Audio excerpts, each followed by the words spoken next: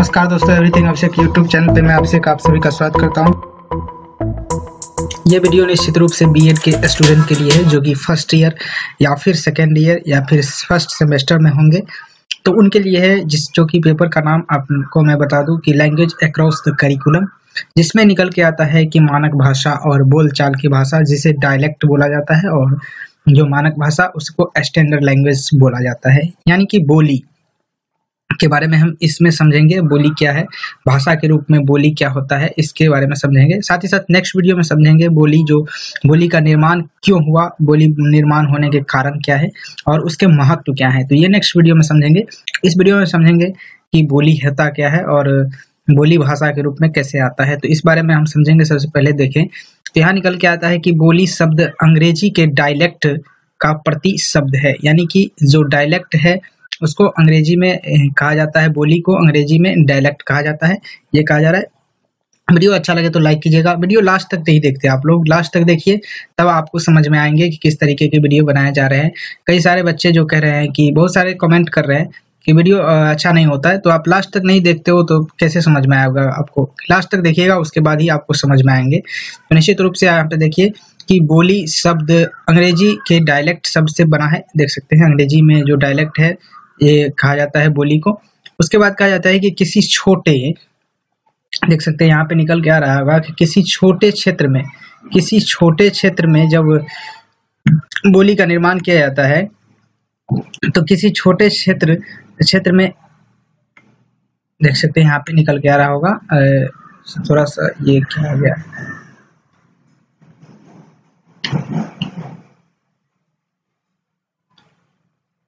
अब देखिए, हाँ देख सकते हैं यहाँ पे कि किसी छोटे क्षेत्र की ऐसी व्यक्ति बोली का समूह रूप लेता है। मतलब कि ऐसी व्यक्ति बोलियों का समूह सामूहिक रूप है जिसमें क्या कहता है कि आपस में कई अंतर स्पष्ट न हो, स्थानीय बोली या उपबोली कहलाती है।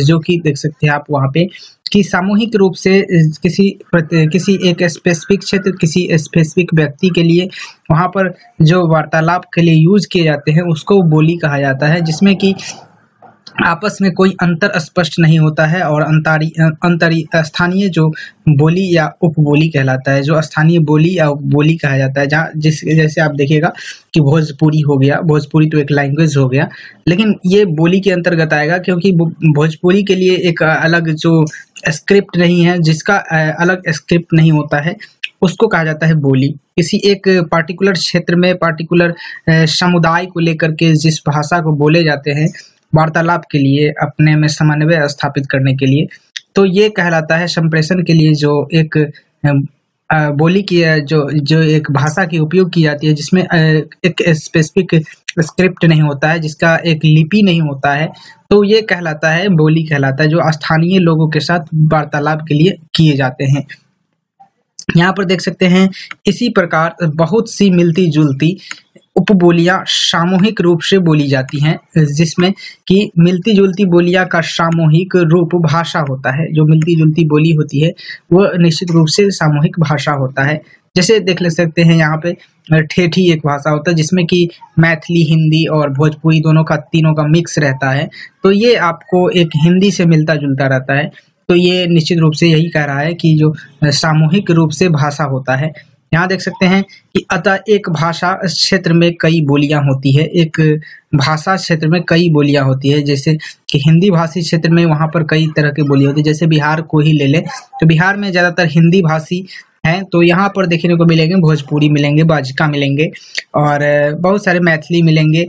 और मैथिली तो लैंग्वेज खास किया जाता है क्योंकि मैथिली का स्क्रिप्ट भी है और इसको संविधान के 8वीं सूची में शामिल भी किया गया है। तो यहाँ देख सकते हैं और कई सारे लैंग्वेज है जिसको संविधान में सूची में शामिल नहीं किया गया है, साथ ही साथ उसका स्क्रिप्ट भी नहीं है। तो अवधी हो गया, पोंगली हो गया, तो ये सब बोली का एक कलेक्शन है। देख सकते हैं यहाँ पे निकल के आता है। आगे देखते हैं कि एक बोली में कई उपबोलियां हो सकती है, जिसमें एक बोली है उसमें कई उपबोलियां भी हो सकती है। किसी बोली के वर्णन में जब उसके पूर्वी, पश्चिमी, दक्षिणी, मध्यवर्ती आदि, देख सकते हैं जब किसी बोली है जो कि भोजपुरी है तो ये पूर्वी भोजपुरी है, पश्चिमी भोजपुरी है, दक्षिणी भोजपुरी है, मध्यवर्ती भोजपुरी है, ये इस तरीके के लगे होते हैं, तो ये उपबोली के श्रेणी में आते हैं। तो ये देख सकते हैं निश्चित रूप से यहाँ पे निकल के आएगा कि उपरूपों की बात करते हैं तो तात्पर्य होता है क्या, तो उपबोली से, जैसे भोजपुरी, अवधी, ब्रज, जैसे मैं पहले ही बता दिया था। आदि बोलियों में इस प्रकार की कई उपबोलियां उपलब्ध होती है। यहाँ पर निकल के आता है, देख सकते हैं नेक्स्ट जो कि बोली एवं भाषा, बोली एवं भाषा से निकल के आता है। यहाँ पर कुछ पॉइंट भी निकल के आते हैं 5। तो पहले देख लेते हैं इसका बोली और भाषा में किस तरह की संबंध है, और बोली एवं भाषा जो है बोली से किस तरह अलग है, और बोली जो भाषा से किस तरह भाषा जो है बोली से किस तरह अलग है। यहाँ देख सकते हैं कि निकल के आता है बोली और भाषा संसार की समस्त विकसित भाषाएं अपने आरंभिक रूप में बोलियां ही रही होगी। आरंभिक रूप में जो निश्चित रूप से कहीं ना कहीं की बोली रही होगी, जिससे कई क्षेत्र के लिए बोले जा रहे होंगे, तो ये बोली ही रहेगी। जैसे कि रूसी, हिंदी, अंग्रेजी, संस्कृत, ग्रीक और अरबी इत्यादि कई सारे भाषा है, देख सकते हैं, आपको पता होगा। यहाँ देख सकते हैं अतः आज बोली कहलाने वाले ब्रज, अवधी, भोजपुरी, मैथिली इत्यादि भाषाएं आगे चलकर देख सकते हैं आगे चलकर जो बन सकती है क्या, तो भाषाएं बन सकती है आगे चलकर, इत्यादि जो भाषाएं आगे चलकर बन सकती है। ये निश्चित रूप से इसमें मैथिली को आप हटा दे सकते हैं, क्योंकि मैथिली जो है कि उसका अलग एक स्क्रिप्ट भी है, और जो मैथिली का जो 8वीं अनुसूची में शामिल भी कर लिया गया है। तो निश्चित तौर पे इसको भाषा के रूप में जानना चाहिए मैथिली। और ये भोजपुरी, अवधी, ब्रजी ये सब है, तो ये सब बोली ही है अभी तक, क्योंकि देख सकते हैं कोई भी बोली तब तक बोली बनी रहती है जब तक उसे साहित्य, धर्म, व्यापार या राजनीति के कारण महत्व प्रदान न हो जाए, और दूसरे जब तक बोली इतनी विकसित न हो जाए कि अपनी विशेषताओं की दृष्टि से कि पड़ोसी बोलियां से उसे भिन्न बना दे। यानी कि कह रहा है कि जब तक इसे अपनी व्यवस्था, अपनी विशेषताओं के प्रति इसे संतुष्ट नहीं, यानी कि विशेषताएं हैं जो बोली के, भाषाएं के जो विशेषताएं होती है ये परिपूर्ण नहीं कर लेती, तब तक ये बोली ही बनी रहती है, कोई भी भाषा हो। यहाँ देख सकते हैं कि निकल के आ रहा था इसी में से इन दोनों में किसी एक या दोनों के प्रति देख सकते हैं किसी एक देख सकते हैं इन दोनों में से किसी एक या दोनों के प्राप्ति कर चुकाने के पश्चात बोली भाषा बन जाती है। यानी कि जब आप निश्चित रूप से साहित्य, धर्म, व्यापार, राजनीतिक इन सभी के माध्यम से इसका यूज होने लगता है, या साहित्य में यूज होने लगे, धर्म में यूज होने लगे, व्यापार में यूज होने लगे, और राजनीतिक रूप से इसका इस्तेमाल होने लगे, तो निश्चित रूप से ये एक भाषा के रूप में परिवर्तित हो जाता है, जिससे कि संवैधानिक रूप दिया जाता है इसको, संविधान में इसकी जो सूची में शामिल कर दिया जाता है। तो ये निश्चित रूप से भाषा बन जाती है, साथ ही साथ जो भाषा की जो विशेषताएं हैं उसको परिपूर्ण कर लेती है। तो निश्चित रूप से बोली भाषा का रूप ले लेता है।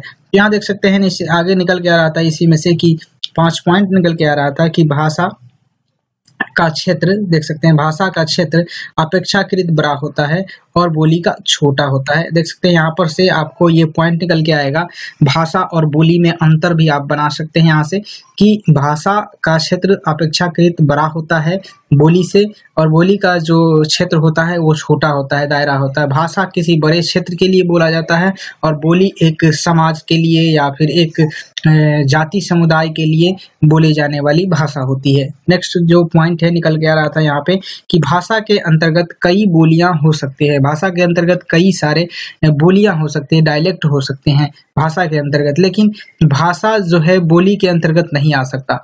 जान सकते हैं आप कि जैसे हिंदी के अंतर्गत मैथिली, भोजपुरी और जो मगधी है, अवधी है, ब्रज है, तो ये सारी की सारी भाषाएं भाषा के अंतर्गत आएंगे, जो कि हिंदी है, ना कि एक भोजपुरी के अंतर्गत, ना कि मैथिली के अंतर्गत हिंदी आएगा, ना कि भोजपुरी के अंतर्गत हिंदी आएगा। इस तरीके का नहीं हो सकता, ये कहा जा रहा है यहाँ पे। तीसरा पॉइंट में देखते हैं कि क्या निकल के आता है, यहाँ पे निकल के आता है कि बोली भाषा से ही उत्पन्न होती है। बिल्कुल सही बात, बोली जो है भाषा से उत्पन्न होती है, और भाषा बोली देख सकते हैं, भाषा बोली में माँ बेटी का संबंध होता है। भाषा जो है, भाषा और बोली में माँ बेटी का संबंध होता है। बोली को भाषा से निकल के आना पड़ता है, लेकिन बोली को भाषा से निकल के आना पड़ता है, और भाषा को बोली से निकल के आता है, मतलब दोनों में एक सहोपकारिता का संबंध है।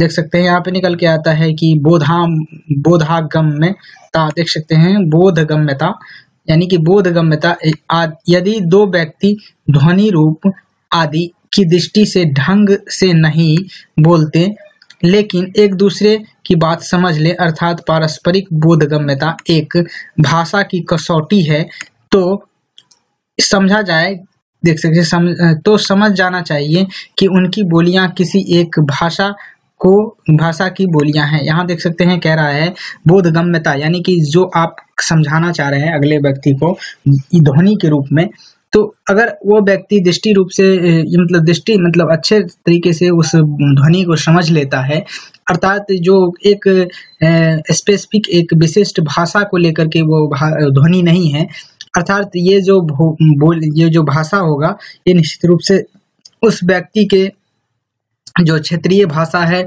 उससे निकलने वाली बोली कहा जाएगा। तो निश्चित रूप से आप जान गए होंगे यहाँ जो कि लास्ट पॉइंट निकल के आ रहा था 5वें पॉइंट में कि बोली का प्रयोग साधारण बोलचाल में व लोक साहित्य सृजन, देख सकते हैं साहित्य यानी कि लोक साहित्य सृजन में होता है, जैसे लोक नृत्य होता है, लोक गीत होता है, इसमें उपयोग किए जाते हैं बोली को। जैसे बज्जिका होता है और बज्जिका गीत भी होता है, तो उसमें लोक गीत होता है जिसमें कि मैथिली लोकगीत होता है, भोजपुरी गीत होता है। तो इस तरह के साहित्य कार्य में, साहित्य सृजन में, लोक साहित्य सृजन में इसका उपयोग किया जाता है, तो ये कहा जाता है बोली। और भाषा का प्रयोग निश्चित रूप से ये बड़े पैमाने पर भी किया जाता है, जबकि देख सकते हैं यहाँ पर जबकि भाषा का परिनिष्ठित रूप साहित्य, शिक्षा तथा शासन संबंधी कार्यों में व्यवहार प्रस्तुत देख सकते हैं व्यवहार हेतु प्रयुक्त किए जाते हैं, जबकि जो भाषा का परिनिष्ठित रूप साहित्य, शिक्षा तथा शासन संबंधी कार्यों में व्यवहार हेतु प्रयुक्त किए जाते हैं। ये था आज का वीडियो जो कि लैंग्वेज अक्रॉस द करिकुलम से निकल के आ रहा था। नेक्स्ट वीडियो जरूर लेके आऊंगा मैं, जिसमें मैं बताऊंगा, देख सकते हैं आपको टॉपिक दिख रहे होंगे कि बोलियों के जो बनने के, बोली जो डायलेक्ट बनने के कारण क्या है, द काउजेज ऑफ जो मेकिंग डायलेक्ट, इसके बारे में नेक्स्ट वीडियो में समझेंगे और साथ ही साथ समझेंगे महत्व के बारे में। Thank you for watching this video. Video अच्छा लगे तो लाइक कीजिएगा, शेयर कीजिएगा। Thank you.